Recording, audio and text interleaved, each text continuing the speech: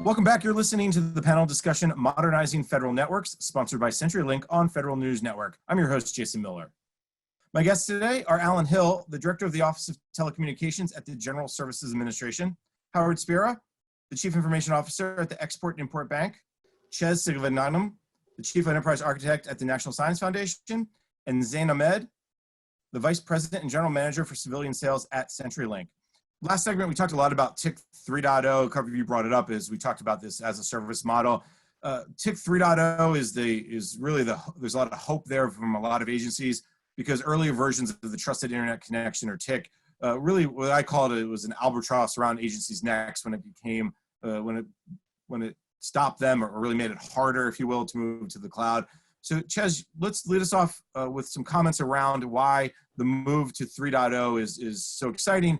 And how are you dealing with 2.0 today as more and more employees are working remotely? Sure. Thank you. So let me start by saying a few words about the 2.0 architecture, how it works. So 2.0 architecture is tool-centric and network-centric. So it forces all traffics to the services through this common gateway. So the DHS or the Homeland Security can have true visibility into what's going on. Right, that's the current model, and most of the organizations are in this model. And it, as you see, the bottleneck is the tools and the network, the endpoints. So this has a lot of limitations, specifically when you're in a crisis, when you are trying to turn on cloud services on an on-demand basis, and you want to provide resilience to your infrastructure so people can you have a seamless experience for your customers working from remote locations. Now, what the 3.0 model does is 3.0 is more requirement-centric and data-centric. So it lets the cloud service providers manage their requirements and report the requirements based upon a managed service like an SLA, right? And also, what it does is it helps to track the assets and the data in a more sophisticated way. So we have a true vision into how, because the security at the end of the day is how you preserve your data, right? Or how you secure your data.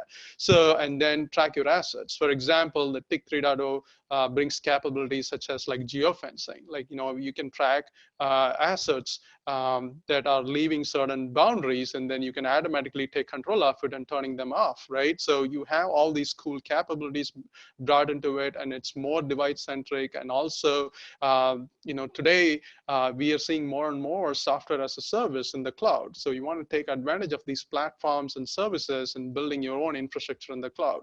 And the TIC 3.0 is a great enabler for this. And we look forward really moving in this direction very soon. The current capabilities we have with the TIC 2.0 is a bottleneck, and we are eagerly waiting for the EIS to really enhance that capability to us. Now, I remember earlier in the conversation, I think it was Zane, but maybe it was Alan, somebody mentioned this idea of agencies are asking to begin the pilots sooner than later. Was that Zane? Zane, yeah. So jump in and real quick, what the conversations you're having with your customers about 2 versus 3, what are you hearing?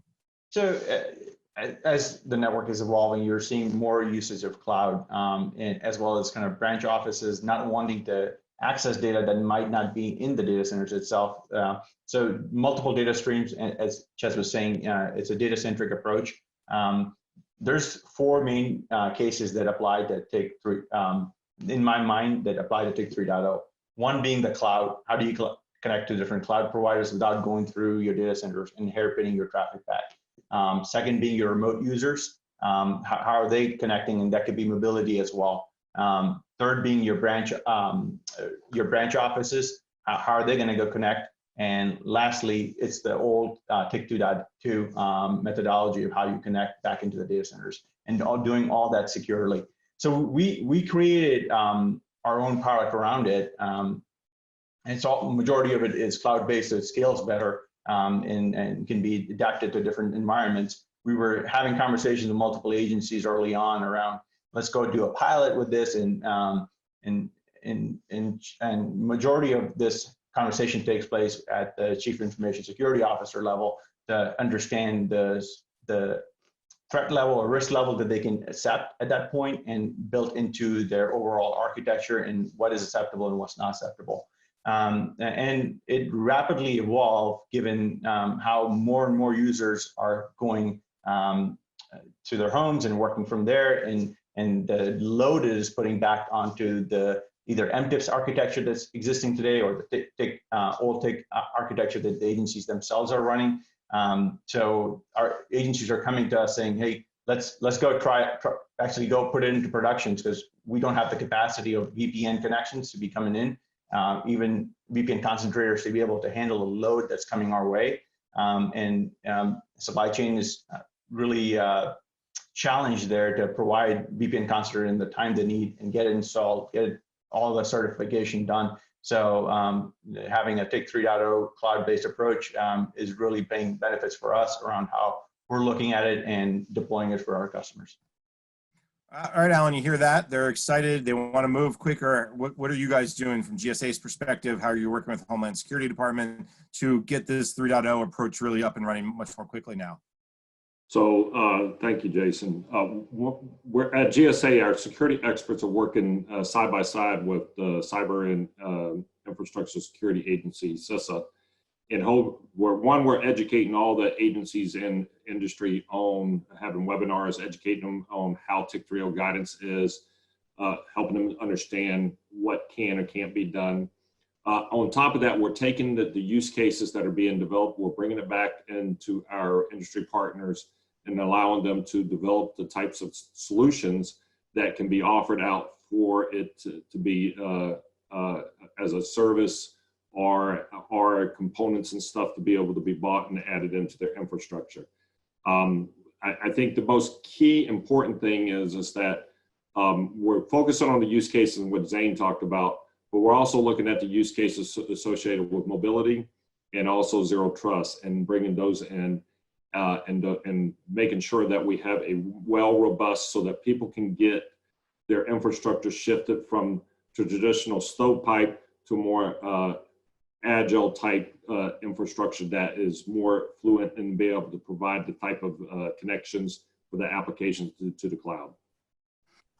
Do you get a sense that, and again, I know you can't speak for DHS, but do you get a sense that both people, the providers like CenturyLink, but also DHS is open to really accelerating the pace of these use cases because of this reason that I think Zane brought up and explained really well, that the VPNs are just taxed and you can't necessarily, and the old MTIPS is taxed and you just can't upgrade it very quickly to deal with the current situation that we're facing?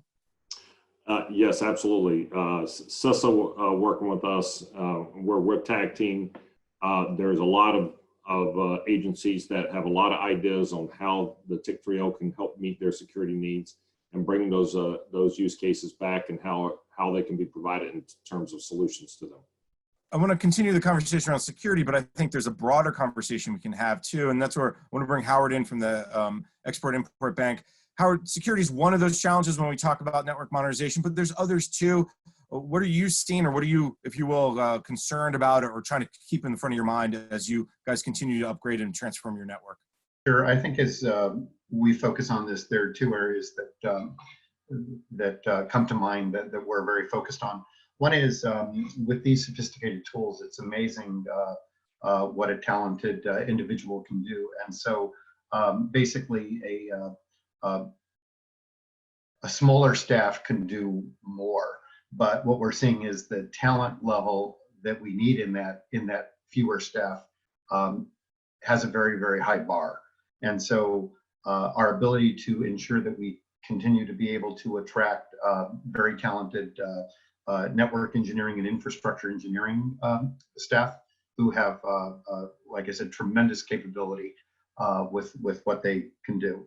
And then the second thing that we really focus on is configuration management and sort of our controls around change management, because while we enjoy the agility, the ability to use that agility to accidentally take down systems and to create outages is also impressive.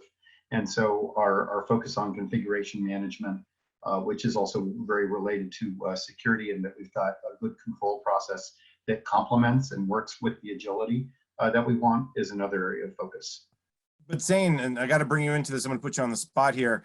Isn't this why SD-WAN is the future? Because you just make one change and it goes across your entire network. I mean, it's the same thing with security. You make the one patch and it goes across your network. I mean, that's the huge benefit of SD-WAN.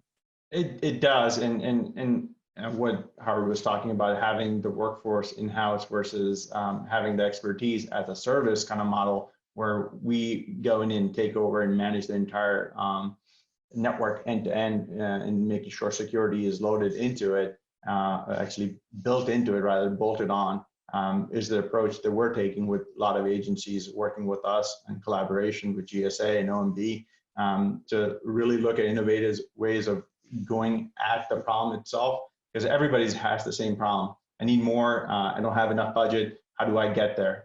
So you got to also understand what budget you have and how do you maximize that. There's a couple of challenges that come through when you go to as a service model. One, you got to make sure you kind of budget it accordingly and move away from the CapEx environment and move to an OpEx environment. Second, you have to have the right staff that knows how to manage SLA-based contracts, because now you're not in the business of network engineering yourself. Third, having the right culture of the team itself. How do you walk away, step away, and manage it differently? Because it does take a little different tack.